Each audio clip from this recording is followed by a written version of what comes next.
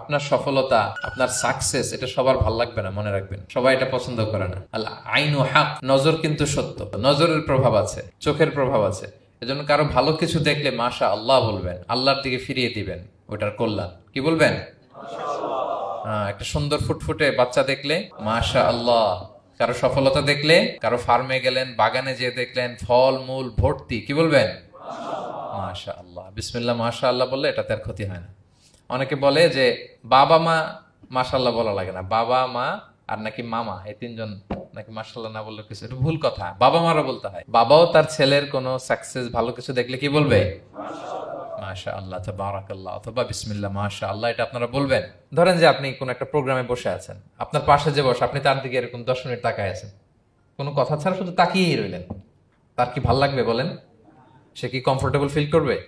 সে ভয় পাবে, সে ভয় পাবে, অস্বস্তি ফিল। আপনি কিছুই করেন নাই, না তাকে টাচ করেছেন, না ধরেছেন, ছুঁয়েছেন, কিন্তু শুধু তাকিয়ে আছেন। দেখেন নজরের কি প্রভাব। আল্লাহ আইনু হক, নজর সত্যি। এজন্য কারো সাকসেস দেখলে আমরা সবসময় যেন মাশাআল্লাহ বলি। মাশাআল্লাহ ঠোঁটের সাথে মিলিয়ে রাখবেন। ভালো দেখলে কি বলবেন?